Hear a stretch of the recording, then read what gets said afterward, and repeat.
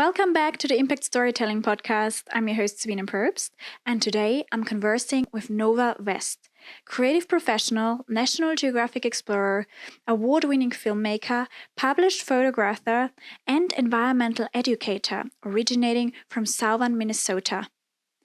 As a National Geographic Explorer, they are working on creating a more holistic and diverse landscape in the wildlife storytelling world. Currently, they are based in LA, where their passion lies in exploring the natural world and finding creative ways in inspiring others.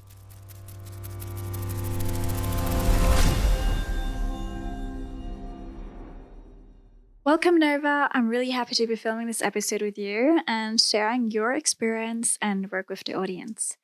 Before we start talking about your work, I would love to know what brought you into the creative field and what sparked the idea to use media for nature conservation in the first place.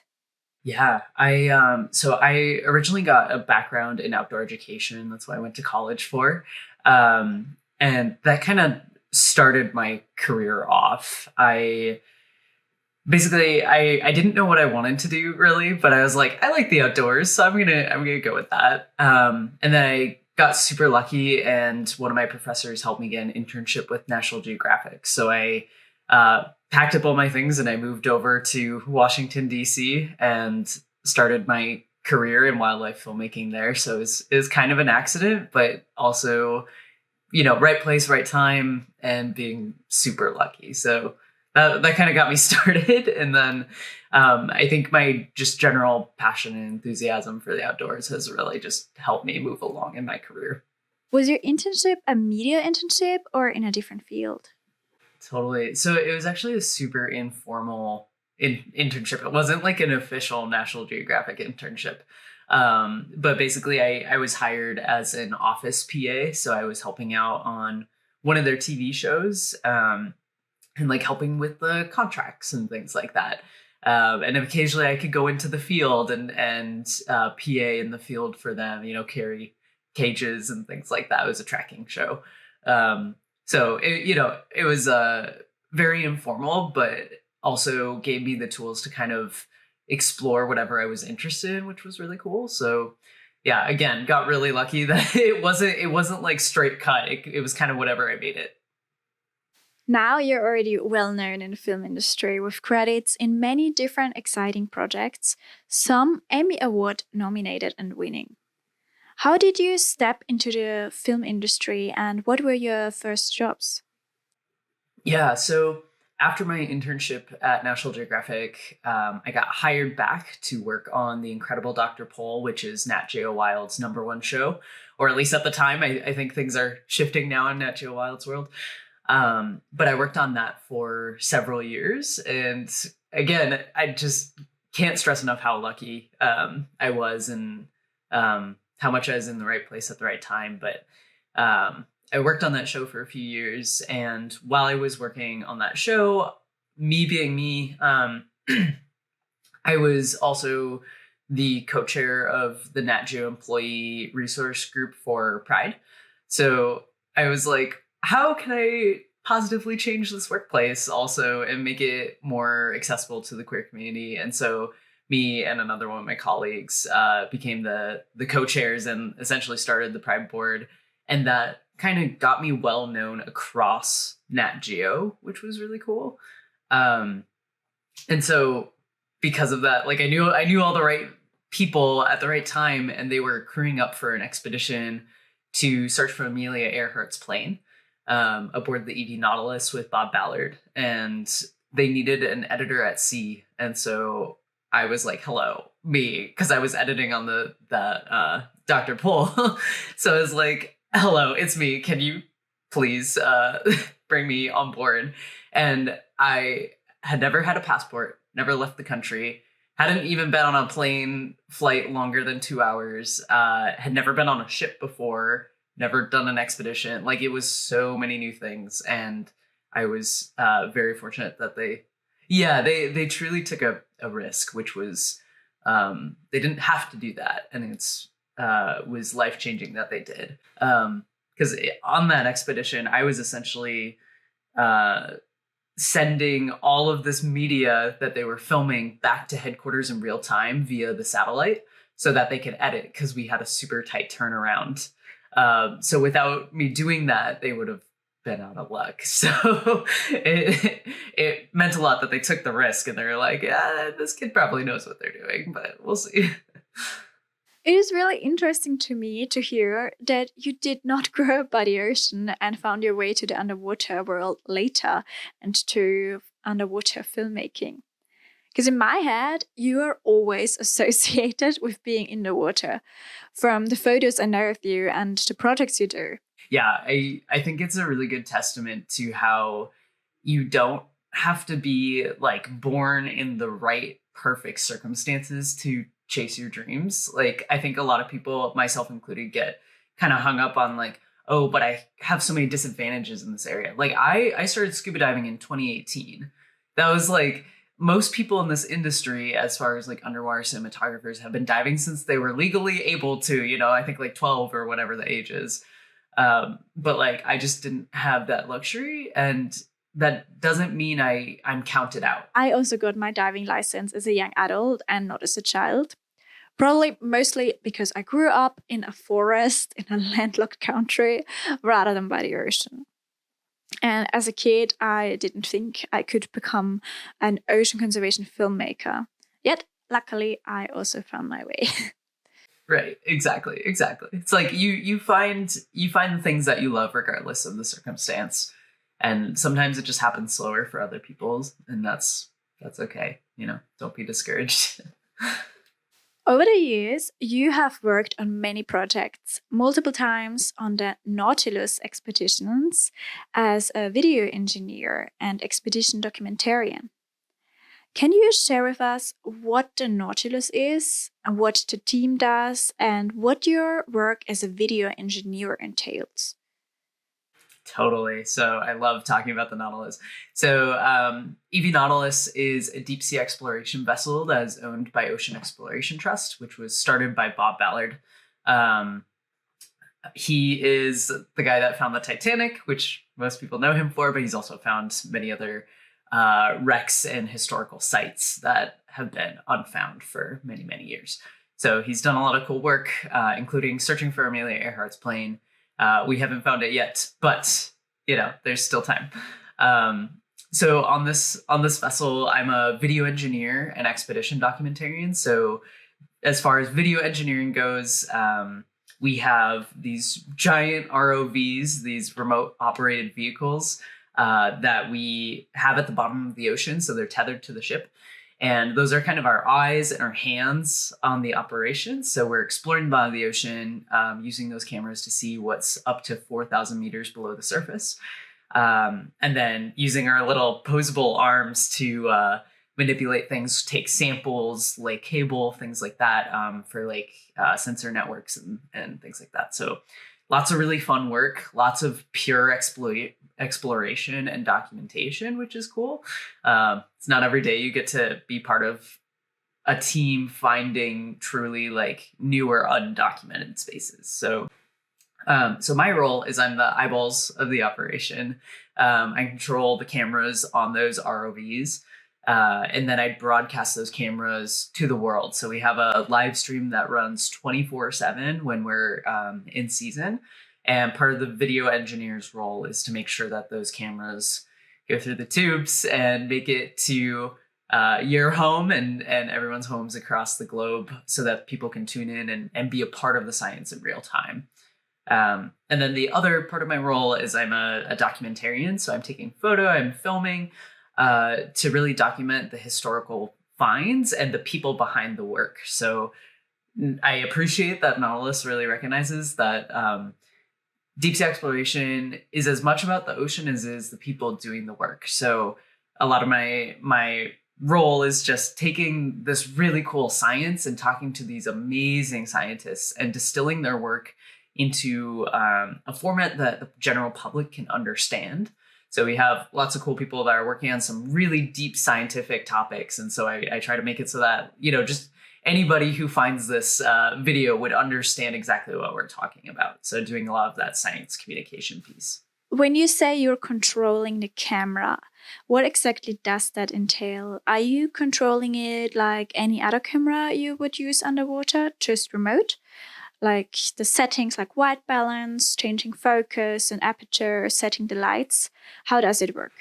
Right, yeah. So the camera, yes, you can adjust it just like any other camera. However, the controls kind of look more like old school arcade controls or like video game controls. Like it's a lot of little like knobs and dials, which is fun. So it gives you a smoother like gradient between like ISO or things like that. As far as the lights, those are actually controlled by the ROV pilot. So like my job as a video engineer controlling those cameras is first and foremost to make sure that our pilots can see what they're doing. So sometimes we have those moments where like, okay, we're going to get a cinematic shot of this, and then I get to have fun and play.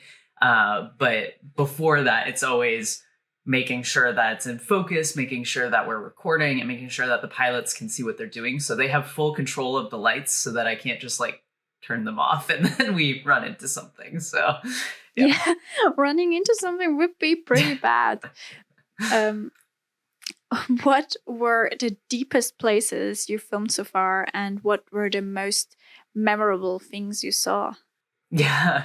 So our ROVs can go about 4,000 meters deep, and anywhere in between we've been. We are not in the ROVs; they're totally remotely operated. So that adds a layer of safety and security, and makes it easier when you're not having to bring people down to that depth. Right? It gives us more time. We can run these ROVs for almost infinite time because we have watches. So we've done, like 32-hour dives because we can just keep turning over crew and cycle people through.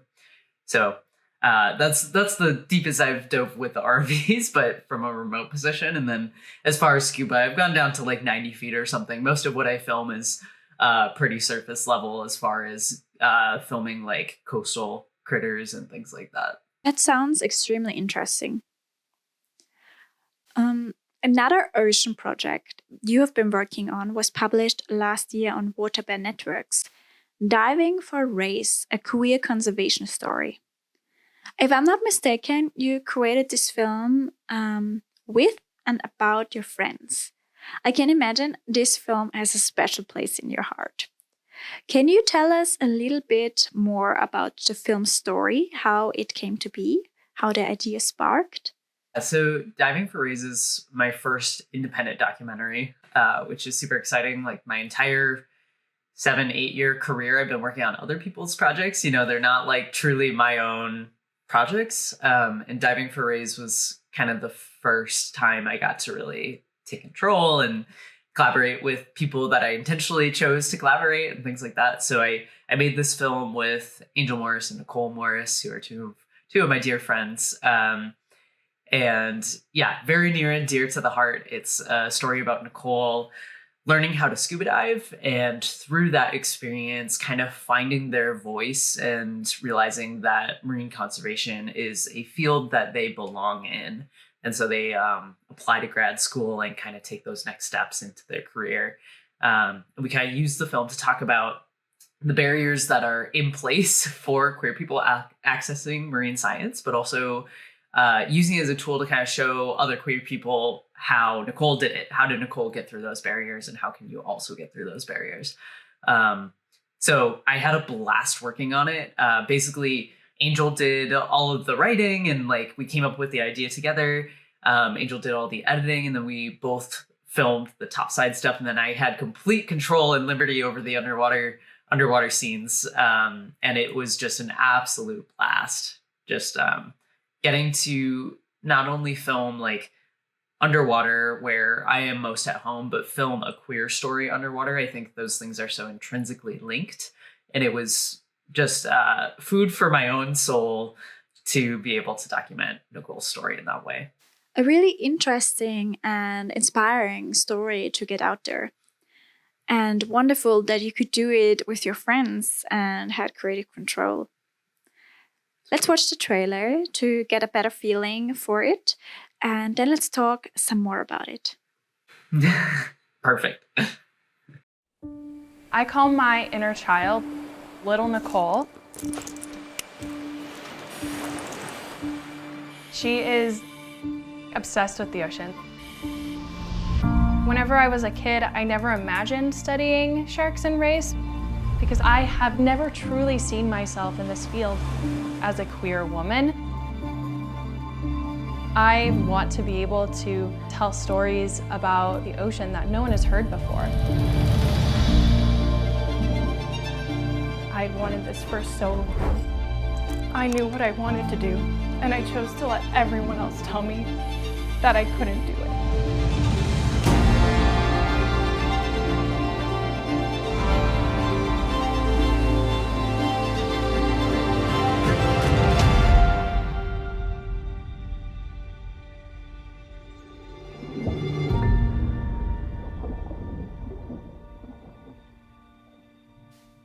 I've already watched the film twice now, and it is really inspiring. I remember reaching out to Angel after watching it, telling them how powerful the storyline of the film is.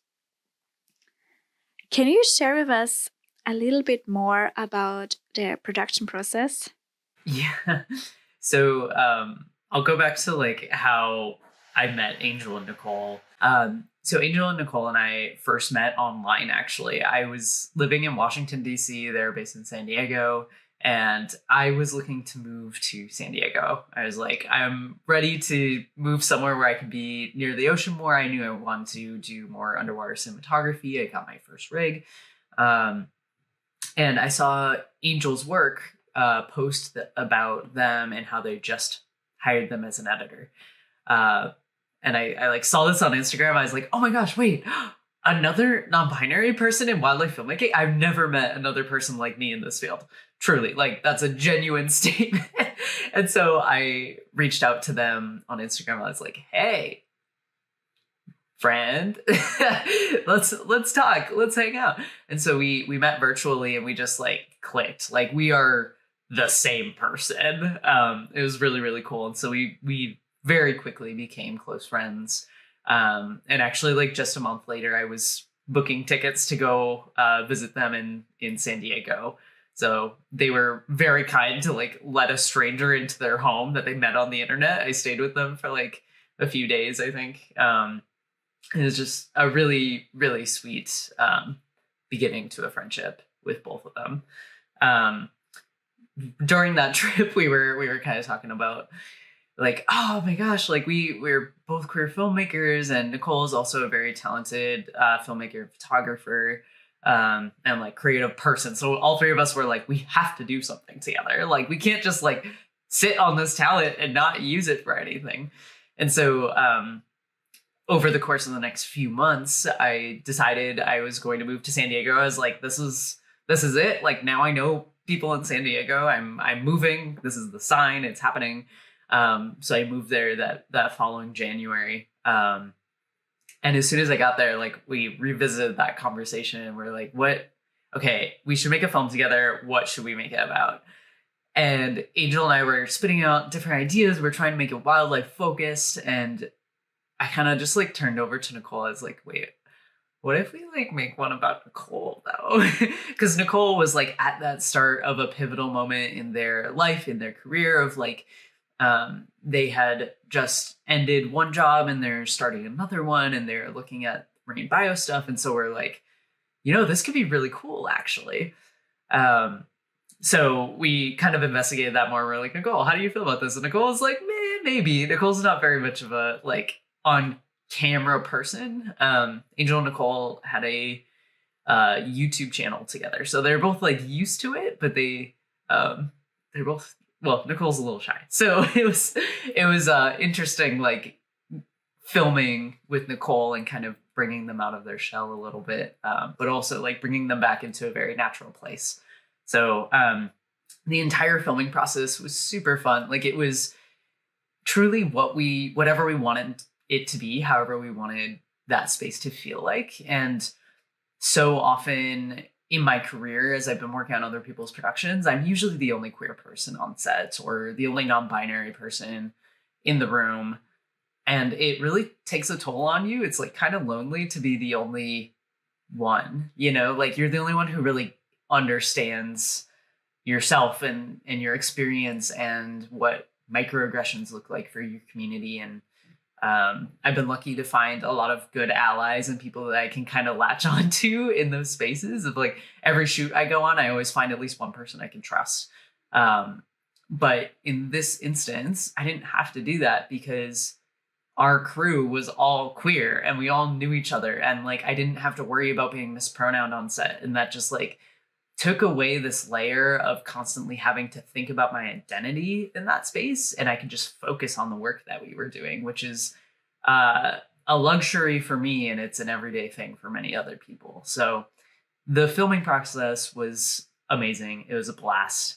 So at the end of the film, we go to Baja California, to like Cabo San Lucas, La Paz, La Ventana, and we were looking for manta rays. Like we were looking for giant manta rays, and we're kind of like in the wrong season for it. So we're like, I don't know if we'll find these, but we happened to find this giant school of mobula rays, and we're all nature queers. We're all like huge nature nerds, and so we found this group of mobulas that we didn't even know were going to be there. We didn't plan for it. It just like was an accident again in my career, another accident that just like really worked out.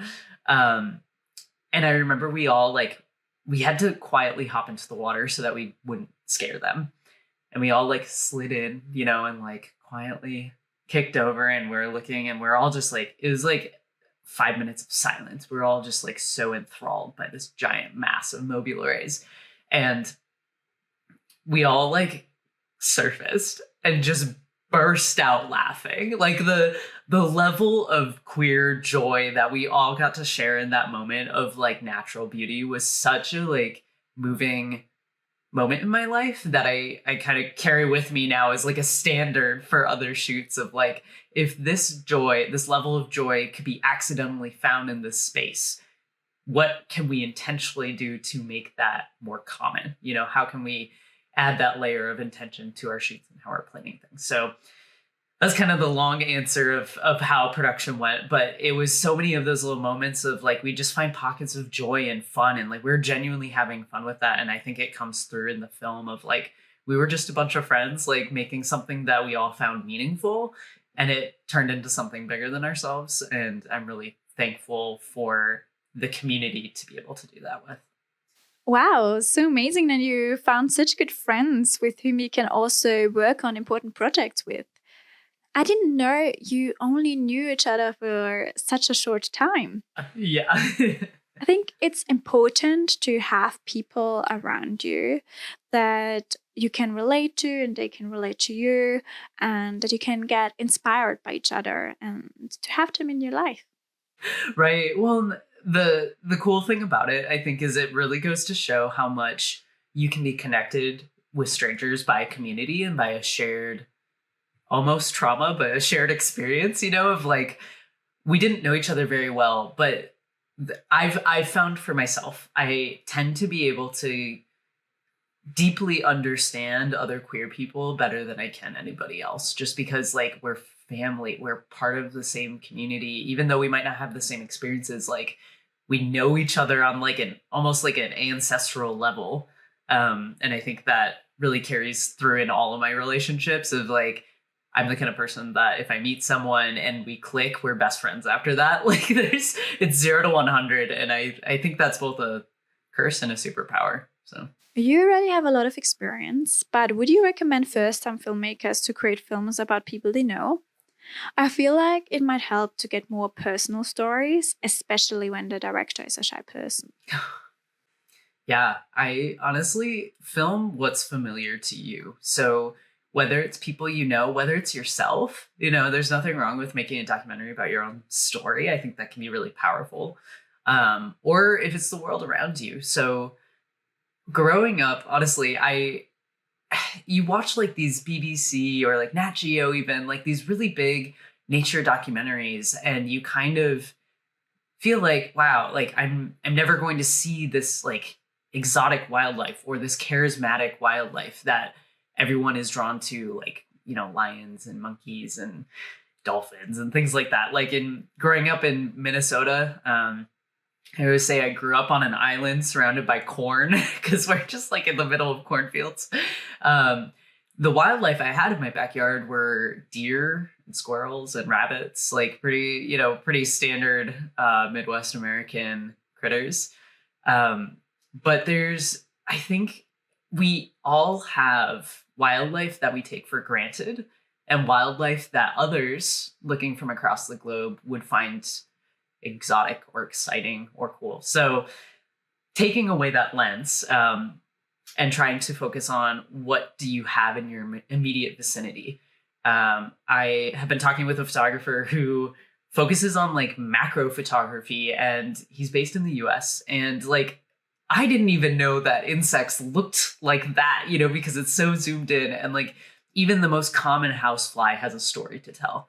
So I encourage people to tell the stories tell the stories that you are familiar with that you haven't seen yet, and use that as a jumping off point. Like for me, diving for rays was originally intended just to be something that, Angel and I could put in our portfolios and be like, yeah, we know how to do film. And then it expanded more and more into a project that we truly cared about. And you can see that we put our hearts and souls into it. But it all started with a story that we knew very, very well, which is being a queer person that's left out of spaces. So find that thing that you're passionate about, whether it's ants or interpretive dance or, your mom's uncle or something, and just start filming and start writing and figure out how you can craft that story to be both relatable and engaging to whatever audience you're targeting. Yeah, that's great advice. It's true. I feel like we often forget about the animals and wildlife around us because we are so used to it. But it might be completely new to other people. What were the challenges creating this film? Yeah, so diving for rays, I think the biggest challenge was our budget was $0. We had no budget, we had no funding. We did get a grant from Sony to borrow an FX3, which was really, really helpful for filming some of our low light scenes, like the aquarium scene. Because both Angel and my cameras are like kind of old and crusty and don't do well in low light. So other than that, though, we didn't have any sort of budget. So going to like La Paz and Cabo San Lucas and things like that is all out of pocket. So that was a challenge. Yeah, you don't need a big budget to create films. All of my first films were self-financed, and because I couldn't afford to pay someone to come with me, I traveled everywhere alone and filmed everything by myself.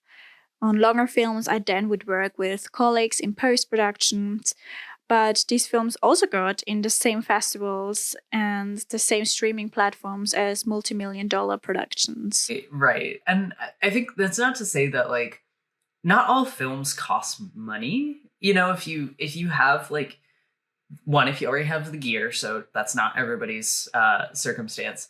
But two, if you have the like if your subject is close to you, which is why I'm saying like start in your backyard, start with people because it won't cost you money if you're doing it on the side. It doesn't like a lot of productions that I work on are like multi-million-dollar productions now, which is like mind blowing. I'm like, I don't even know what it's like to have that much money, let alone a small fraction. But learning how to tell those stories on a minimal budget, I think, is a really good tool set to have. And it kind of takes the pressure off too. Like you don't have to worry about like appeasing the people that are giving you money or wherever you got your budget from, or using your own money in a really effective way. You can kind of play around more too, which is helpful. Did you prepare an impact plan to go along with the film? What was the main goal with sharing this empowering story? That's a great question. I don't think we like sat down and wrote out like, all right, we hope to achieve this impact with this, and like these are our metrics, and like I don't think we it wasn't very scientific of us. But we did kind of have goals in mind. I think Angel and I had different goals that were both achievable.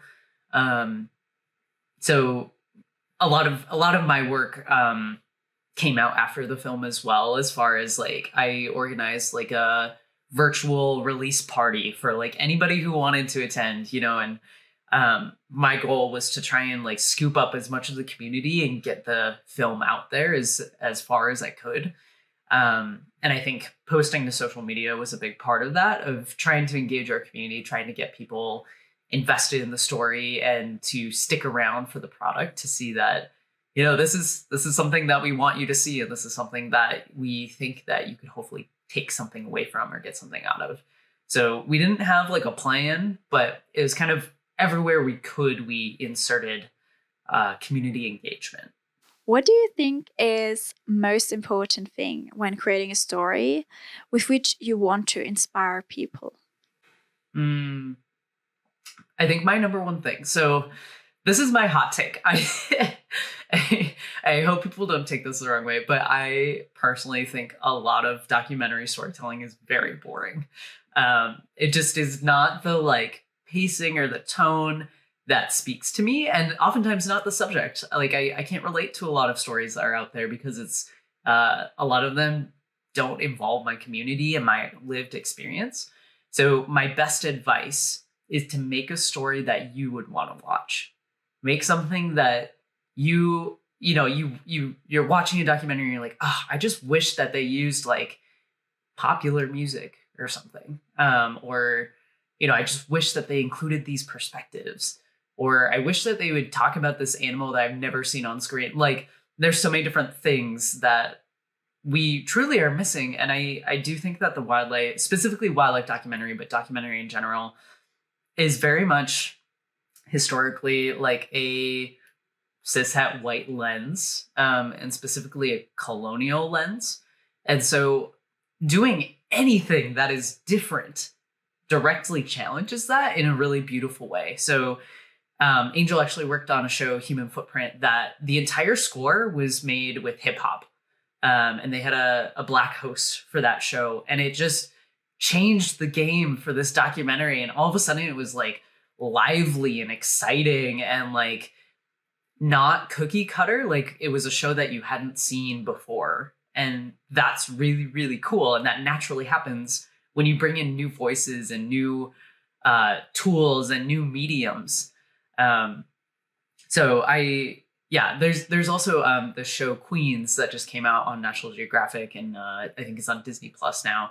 I've had a few different friends work on that show, and I finally got to watch it, and it's just like mind-blowing to me how having women behind the camera filming female stories in nature totally changed the narrative of how those stories were told. And then on top of that, the style of how those stories were told. So like a lot of the music was made by female artists, and a lot of the music was made about women and about women's experiences. And the music wasn't just like boring sleepy time documentary music. Like it was energizing and engaging.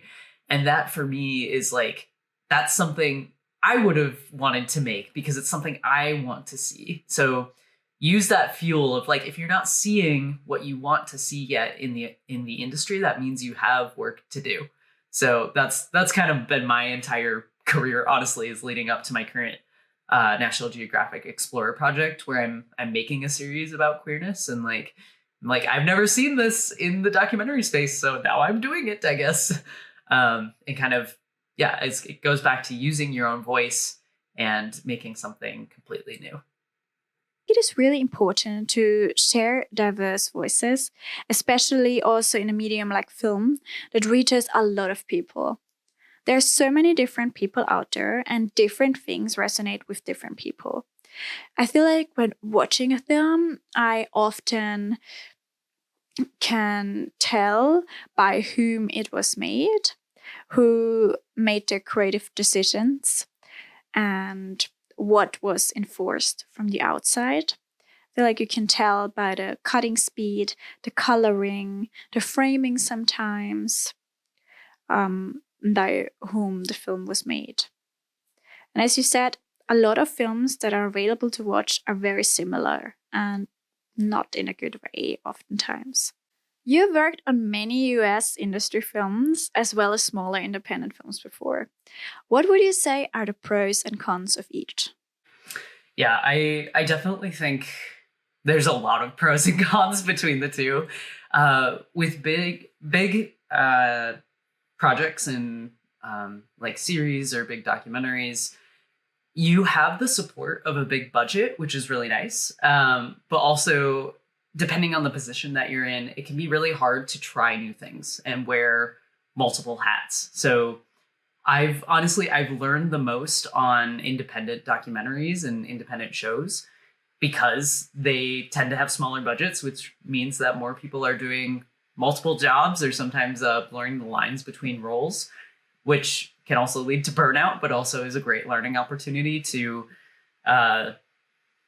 essentially be able to like try different things. So when I was working on that race car show that I mentioned at the beginning, I was on set essentially as a PA, but also as a digital imaging technician. So I was doing all of the offloading of the media, doing media management. And I was also like helping out as an associate producer. So doing a lot of the coordinating and things like that. So I was like doing all these roles I had never done before, which helped me get that job on Expedition Amelia at sea. And that was like a smaller, more independent production. So there's pros and cons to both. With the bigger productions, you don't have creative leeway quite as much. And there's usually a lot more pressure to perform. So that's where you get the really, the bigger name people and things like that who are super experienced. And but also you have a lot of support. Usually those bigger productions, you have more people to help you swap your lenses quickly and things like that, and like grab you a coffee and the little things that you normally have to do on smaller productions. But for the last, I'd say 2 years, I've been working more so on smaller productions and kind of shifting my focus to grant-based work, mostly because of diving for rays and being able to kind of see for myself how telling your own stories is really impactful. And sometimes, you need a little bit of funding. So doing a grant-based project is really helpful for making sure those stories can get told, but you're also getting paid for them and having that creative leeway. There is pros and cons for both. It depends what we like better, I guess. Film funding is great. I wish there was more out there, especially also in countries with a small film industry, so voices of filmmakers from all around the world can be heard. But do you think there is a way that low-budget productions with a small team can compare to big, high-end productions? Are there tricks that small film crews can use? Totally. So oftentimes I am talking with college students and high school students, and kind of people ask me like, how can I get started in the industry? And I always say like, whatever camera you have is good enough. Like the way that, especially for phones, the way that phones have developed over the years, they really have amped up their camera game. And like most of us have a 4K camera in our pockets. So something that really, really helps is like, it's how you use those tools and creating that depth of view. So the difference between like a really basic DSLR or, your basic like phone lenses and like a cinema quality camera is depth of field. So the lenses that you're using to blur the background or blur the foreground and focus your attention on different areas. So if you're able to achieve that with those lower budget tools, that can really up your production value and how things look. So with diving for rays, like Angel and I shot on the cameras that we already had, and they're both old cameras and things like that. But the lenses that we had were high quality lenses. So if you're someone who's like looking to buy your own gear, get into the industry, I highly recommend investing in your lenses and thinking about the camera body second. Because your lenses, if they're high quality, will never depreciate in value, and they will look great no matter what camera you put them on. But your camera bodies will always go out of standard. They'll get older, they'll get lower quality compared to what's new. So, and that's interchangeable. So investing in those lenses can kind of boost your production value in the look of it. You could film something in 1080p, in like HD or something, and have a really nice lens on it, and it'll look the same as, 8K or something. The other thing I'll add is I think a big difference between low budget and high budget is high budget tends to have more stabilization. So if you can, cheaper cameras tend to have no stabilization in body or in lens. Some lenses have stabilization, which is an awesome tool. But get a cheap tripod or something, or a monopod even, and use that as much as you can, because the stabilized look tends to be the difference between like some really basic, especially in wildlife, some like basic shooting versus like, you know, the buttery cinematic BBC type wildlife filmmaking. So those little things are something I've learned throughout the process. I also used the camera I had, even with the kit lens for my first films. My very first conservation film I shot on an old camera that was a photo camera, which could also shoot video. And I packed it in as soft plastic housing for underwater shots. The parts I had to film with my phone. I think when practicing, it's really not important what camera you have. Practice with what you can get your hands on, and don't forget about the importance of storytelling. Besides filmmaking, you also create design, fine art, and photography work. What inspired you most for all of your different projects? That's a great question. I think, honestly, it kind of goes back to what we talked about like telling the stories that you have around you. Throughout all of my work across mediums, it's kind of the same thing. Like I'm telling the stories that I care about, that are around me, that I think are meaningful. I personally believe, so I'm like a science communicator and an educator first and foremost, and an artist. And oftentimes I see people trying to tell stories in the wrong medium. And I personally think that the story should dictate the medium that you tell it in. So I will use, film, like we talked about. I'll use photography, I'll use fine art, I'll use journaling, anything else. I've done like welding and ceramics and like sculpture creating. I've done cyanotyping, anything you can think of. I personally think that the story needs to dictate how it's told, right? Oftentimes I'll go in being like, I want to make something in watercolor. And then I try to find the story that fits with that. And it doesn't always turn out as well as the other way around. So recently I've been trying to kind of expand the types of content that I'm creating and the art that I'm creating. I consider all of these things art, including film. I think film is a very important arm of art. And fine art. And I think looking at film as fine art kind of changes how I create it as an artist. But I've been like digging back into mediums that I haven't used in a very long time, like watercolor. I just illustrated this illustration of this grizzly bear hunting for her lesbian partner and their cubs, and telling those like queer wildlife stories. But like that story as like, this has to be in watercolor. Like this is the medium that's most expressive to what I'm trying to tell. So I'm trying to dig more into that. And I think the other part of it too is when considering what medium best fits the story, also thinking about which medium best fits your audience. So if I'm trying to communicate something about, we'll say, queerness in nature, and I'm doing it only in a text format, that's going to reach a very specific group of people.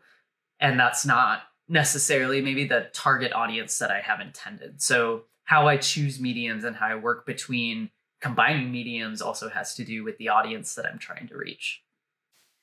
Amazing that you can use so many mediums. I think you're definitely right in saying that one medium might not fit for everything.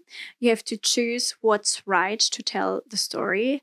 For example, with this podcast, I bet people are more likely to watch and listen than to read the transcript of our conversations. It was lovely seeing all of these visuals, but let's go back to audiovisual mediums, videos, and films. As an ocean conservation filmmaker, I'm of course interested in your work as an underwater camera operator.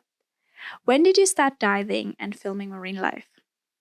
So I started diving in 2018 while I worked at Natgeo headquarters on the incredible Dr. Pol.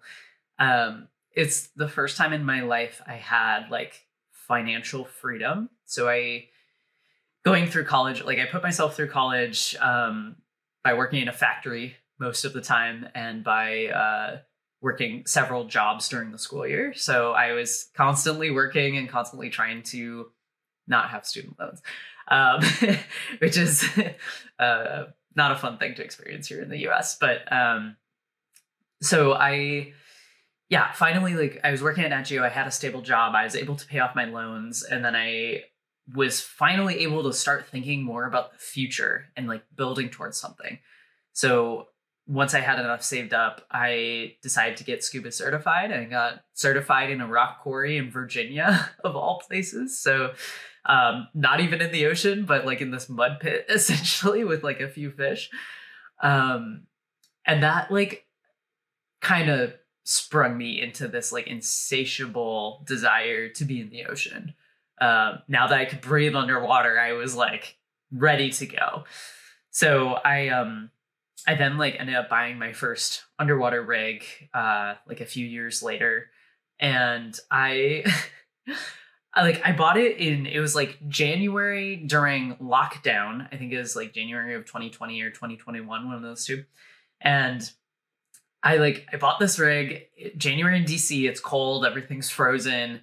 There's nowhere you can't go in the ocean. It's too cold. And so I just started using it to practice in my bathtub, and I'd like film and photograph these tiny little plastic sea creatures in my bathtub. I have a photo of myself doing that as, humble beginnings. And after I did that, I was like, okay, what's next? And so I ended up booking a hotel room at a hotel with a pool. And I just spent the entire time in the pool filming like my first little underwater music video for fun.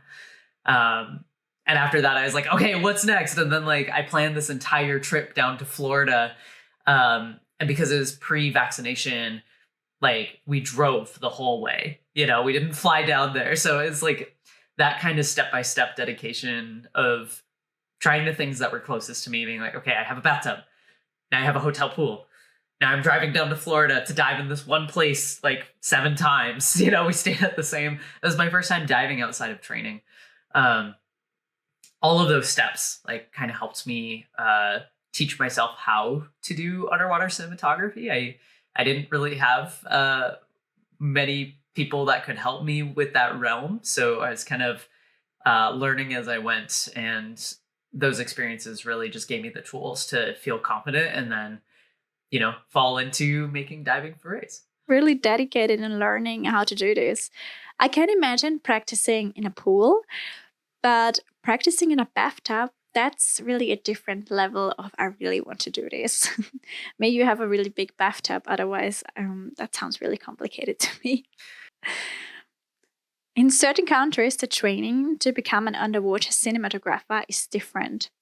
What training did you do before you started filming the beautiful underwater world? Yeah, it was mostly my dive training. So I did my open water, PADI, advanced open water, and then rescue diver. So I personally believe that if you are looking to get into underwater cinematography, there's 5 different like certifications, 6 that can be really helpful. Those first 3 are the ones that I have still. And honestly, those skill sets are basically teaching you, open water is like how to take care of yourself underwater. Advanced open water is how do you take care of yourself and do tasks like operating a camera or operating a buoy or something, like an inflatable buoy, or navigating, doing things that you need to split your attention for. And then rescue is how do you manage yourself, your gear, and other people. And I think those 3 layers are critically important to being safe and holistic underwater cinematographer, because without those, you can teach yourself those things, but having those certifications also really helps productions to see that you're a competent diver. Beyond those, I'm also nitrox certified, so it's helpful to kind of maximize your abilities in the water with nitrox when you can. And some productions ask for that. And then the other two certifications, which I don't have and at some point would love to get, are dry suit. So if you're looking to film in colder conditions, dry suit is really important. And then rebreather is like a whole thing, but it's what most people use in the like blue chip wildlife underwater cinematography space. So that's something that is very expensive, and you have to learn on the specific rebreather that you're planning to use and buy.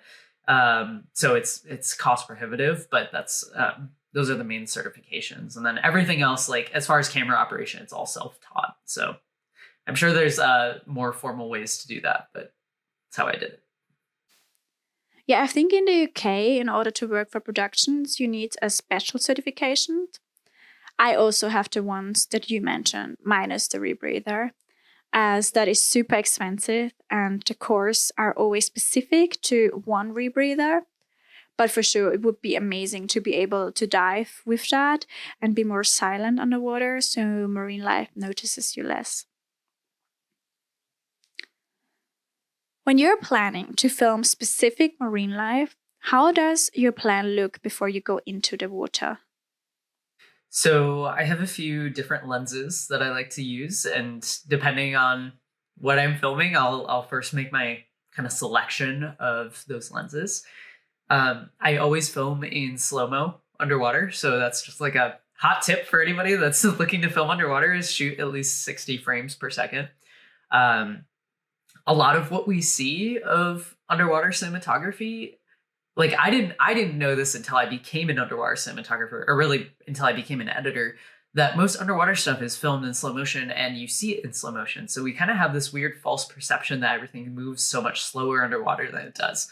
But it's mostly for stabilization. And at this point, we all think that everything is slow-mo. So it kind of helps you out in a way. But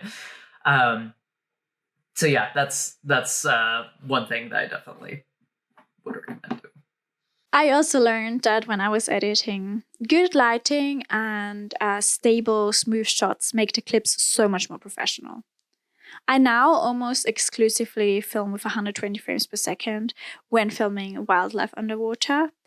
Because I think people that aren't snorkelers or divers sometimes can't even imagine how fast fish can swim.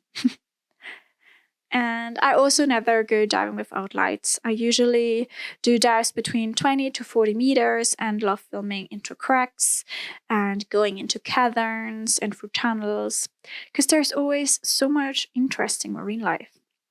So lights are essential for that. Otherwise, I would just see black, blue, or green, and that's not so fun. Last year, I was using, or till last year, I was using my old underwater lights that I had bought in university, where I had a really limited budget.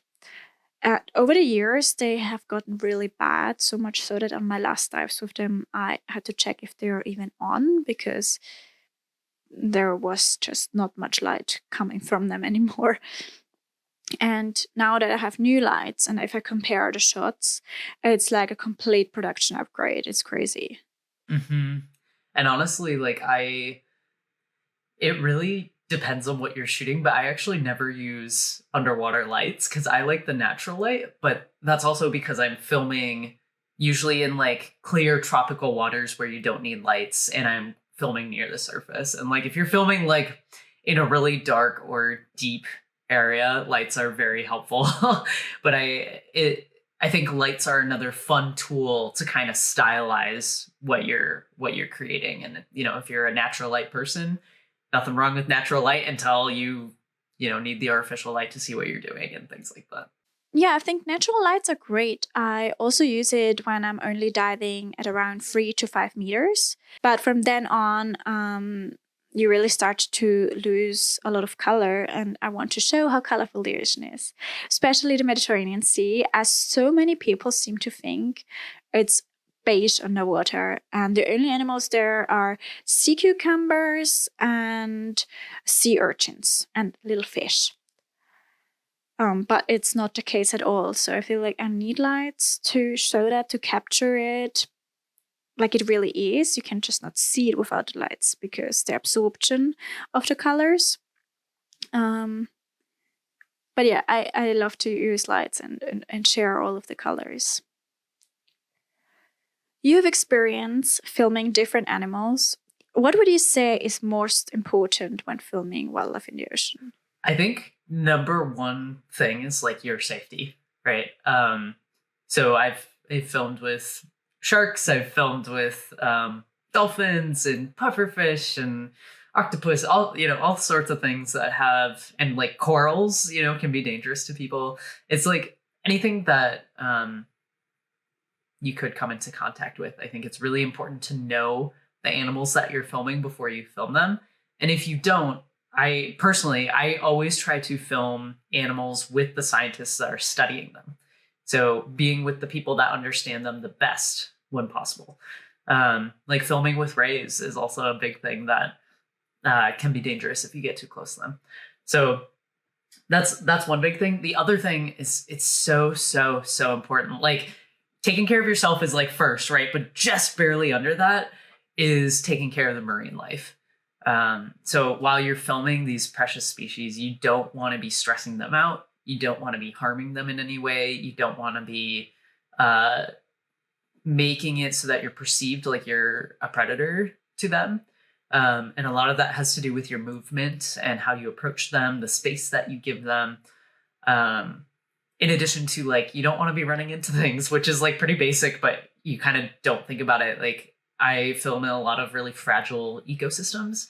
And so ensuring that I have good buoyancy and I'm not just destroying corals and like taking out fan corals or something like that, is really, really important to actually like, walking the walk and like not just being all talk about conservation, but actually like being protective of the spaces that you're filming. Yes, personal safety is really important to know how to handle yourself and how to dive well, to not bring yourself or other divers in danger, or of course the marine life. Sadly, I have seen it too often already that new divers and also professional divers just were holding on to sponges and ripping off corals, taking home souvenirs, and just being so unrespectful. And it's one thing if people are doing that and they don't really know that they're doing harm. And then you talk with them and they understand and they practice to get better and to not do that again. And then people that you talk with them and they just don't care. And that's really hard to hear because they are training to dive. You have to do certifications. It's expensive. And you go in this beautiful underwater world that isn't our world. We can only be there for a short amount of time and enjoy this beautiful world. So you're paying for that, you're practicing, and you want to see that and then be unrespectful. I think that's just crazy to me. I don't know why people are unrespectful of the natural world so often. But thankfully, there are also people that do respect and love the natural world. I have some images of you here that we can take a look at, and maybe you can tell me a little bit what we are seeing here. Love this. Yes. So this is me actually in Cabo San Lucas filming for Diving for Rays. So this was our first dive and like our first like wildlife dive of this film. So I, as you can see, was super thrilled to be in the water, to be here, to kind of see the culmination of our project happening and knowing that like this was our final push. This was our really where we wrap up the film and we finish Nicole's story. So I was so stoked. Giant manta rays are like my number one aquatic animal that I hope to see. And on that dive, it was a possibility that we might see them. So I was really excited. We didn't see them, which is okay. We still got the mobile rays, which was honestly so incredible. but just, yeah, thrilled with possibility there. Here I have another photo of you underwater. What were you doing there? Yeah, so this was actually my first underwater shoot. I wasn't like hired as the camera operator. I was hired as the AC, but I was like getting in the water as much as I could. So this was for a shoot for Shark Attack Files, which is a Natgeo Shark Week show that I worked on in like 21 or 20, I think it was in 21. Or no, 2020. Sorry, time. But in this photo, I had borrowed the main camera operator's fins. He was like, "Yeah, get in the water." So my fins were too big for me. I had never put on freediving fins that long before. I had never been around sharks. So in the background of this photo, you can see nurse sharks and hammerhead sharks. And I was like, what am I doing? And then I had a GoPro on a long pole trying to get these cool close-up shots of these sharks as they swam by me. And then the current was ripping on this shoot. So I was holding on to that rope for dear life behind the boat. The boat wasn't moving. The boat was anchored. But if you let go of that, you're gone. So it was a really fun shoot. And I kind of just learned a ton about, like, this was my first time seeing an underwater cinematographer in action. And it kind of solidified for me what I wanted to do. I was like, I want to be that guy. That's going to be me one day. So it was fun. Did you get good footage? A little, yeah, actually. It was like, I don't even know if they used any of my footage, but I at least like could put it into my reel. I got some fun like follow shots of nurse sharks coming up and like POV shots and stuff. But it's all kind of moving fast and, a little chaotic, but good. Amazing. I wish I could have been there. In the next shot, you are scuba diving. Yes. I love this progression of shots. It's so good.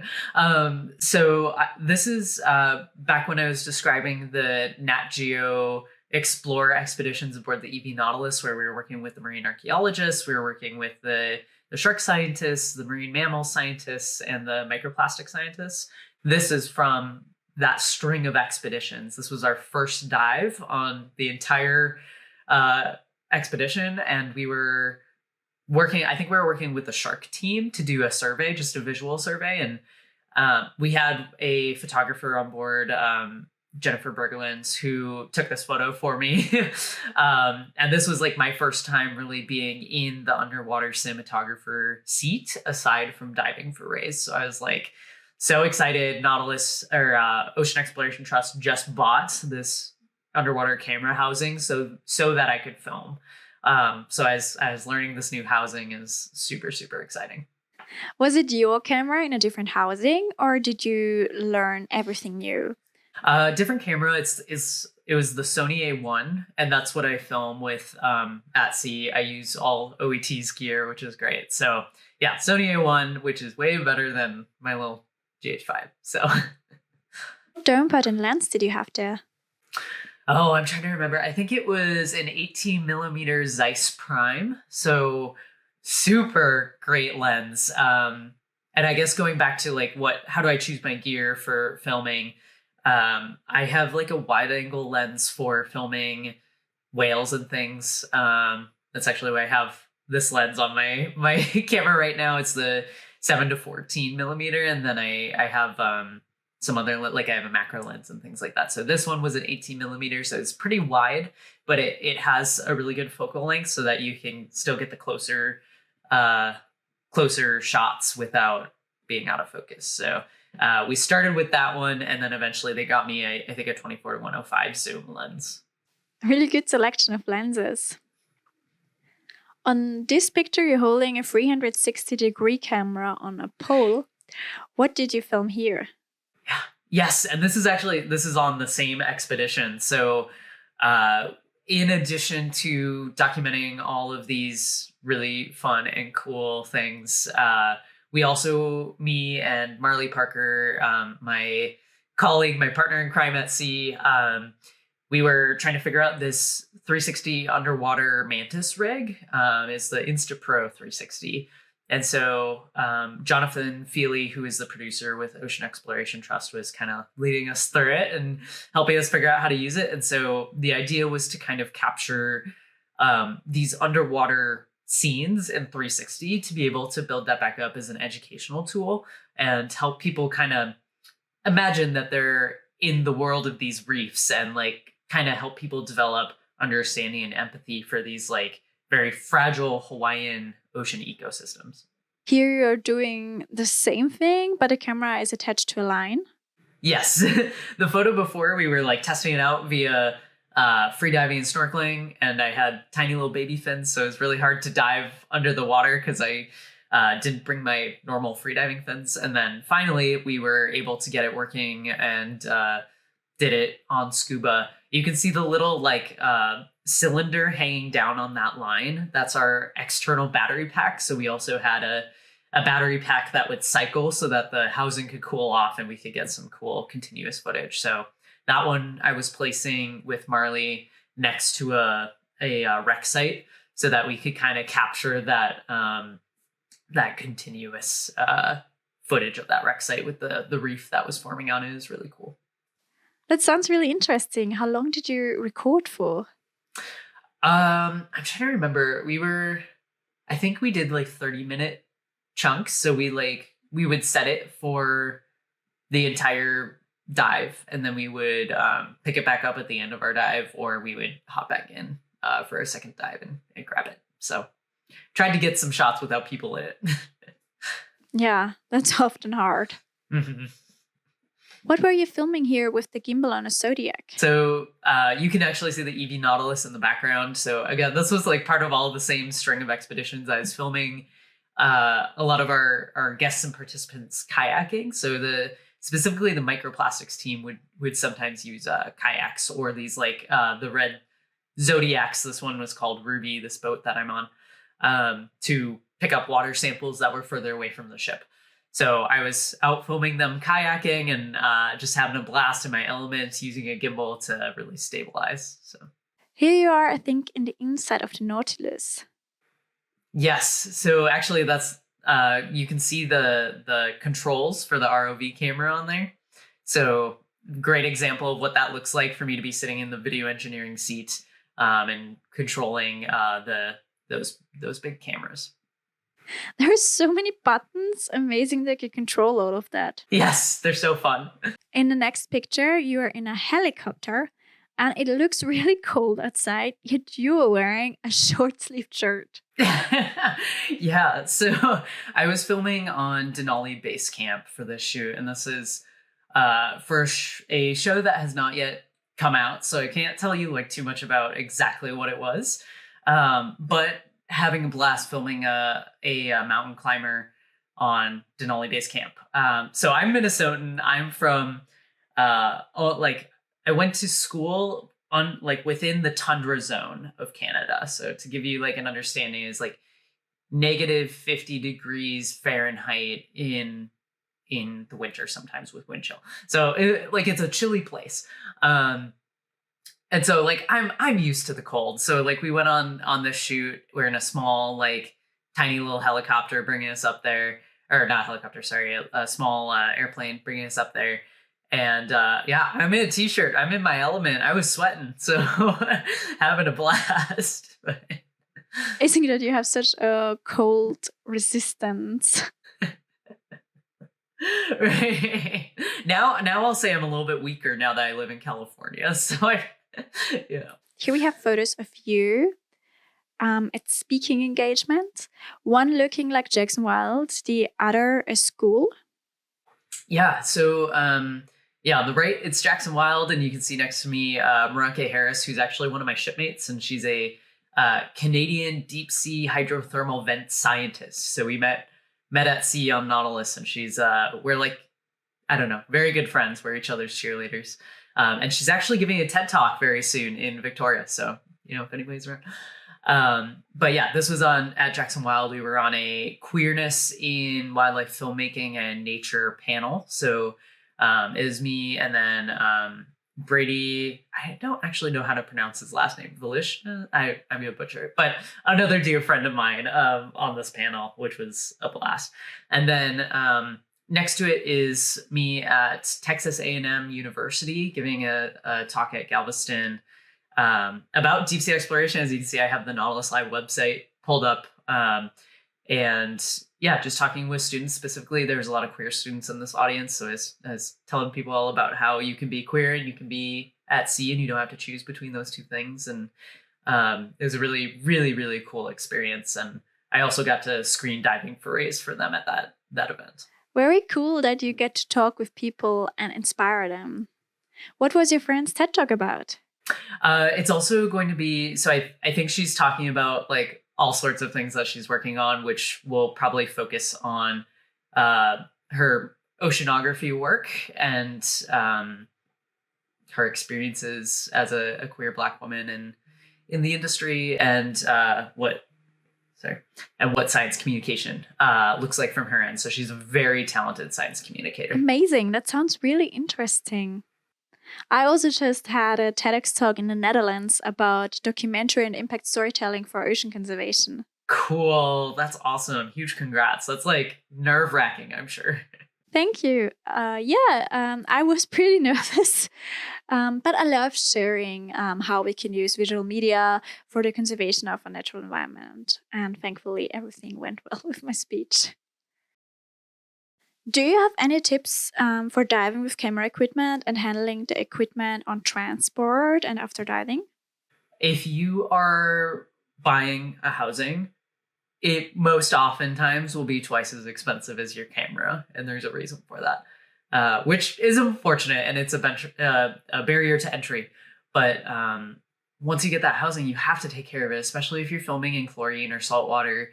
That stuff is really corrosive, and I see a lot of people film in those environments and then not rinse their cameras or not rinse them very well. And that's going to lead to a very short life with your camera or your housing, in addition to increasing your risk of leaks. So inside underwater housings, there's O-rings that join the two pieces together for your camera body. And you need to make sure those O-rings are clean. You make sure there's no hair in there or like sand particles or anything. Make sure they're greased up very well. Those are some like rookie mistakes that I see oftentimes that people don't pay attention to those. So I clean them every single time that I go on a dive, before and after, to make sure that they have a long life. The other thing is, if you can, if you're filming on a big rig, this doesn't work for like the small point and shoot, or if you have your phone in a housing or GoPro. But if you're filming with like a DSLR or a cinema camera, make sure that it's neutrally buoyant and that you actually balance the trim. So my camera, and I'm like a little bit hypocritical, but my camera is not very well balanced.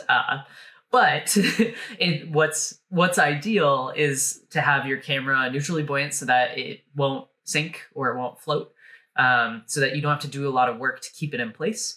And then if your trim is neutral, so that your camera will stay flat no matter what, and it's not like floating up. If your dome port is too light or it's not tilting down, that'll really help, so that you could just push your camera forward with one finger and it will record much smoother underwater shots. So those are some tips I've learned along the years.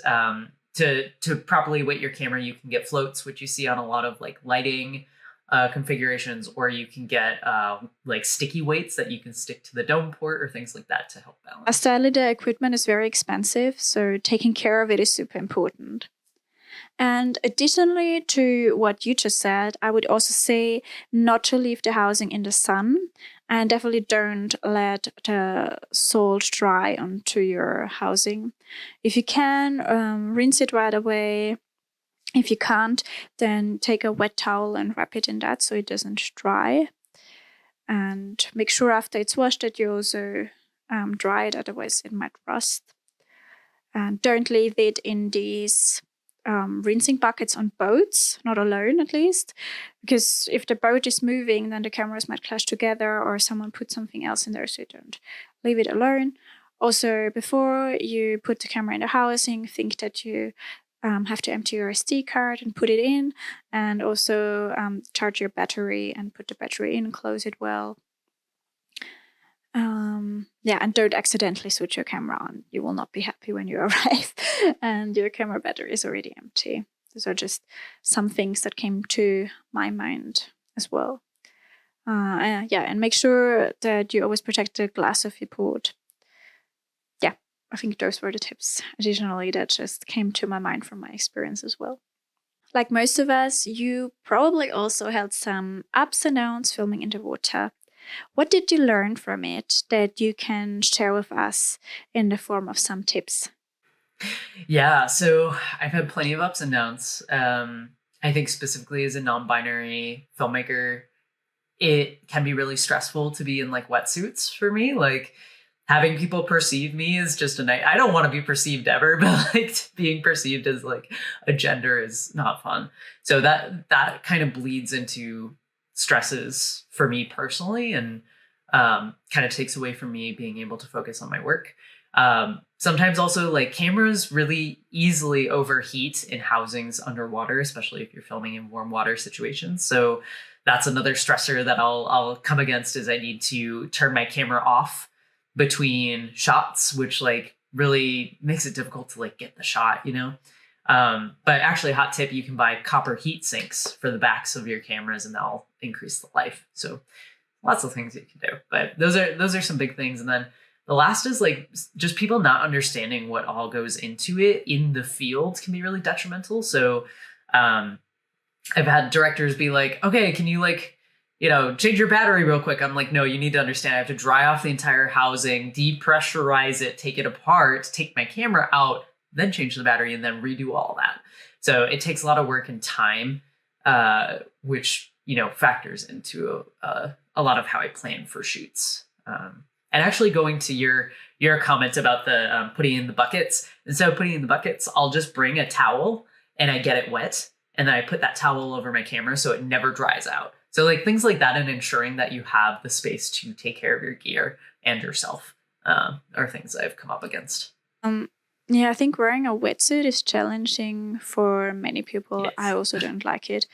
It's way too tight. It's like a second skin, besides the struggle of getting in and out. So if the weather is not too warm, I usually dive with a dry suit. And your other point, I feel you. Once the setup is ready, it's not so easy to just open it and change something.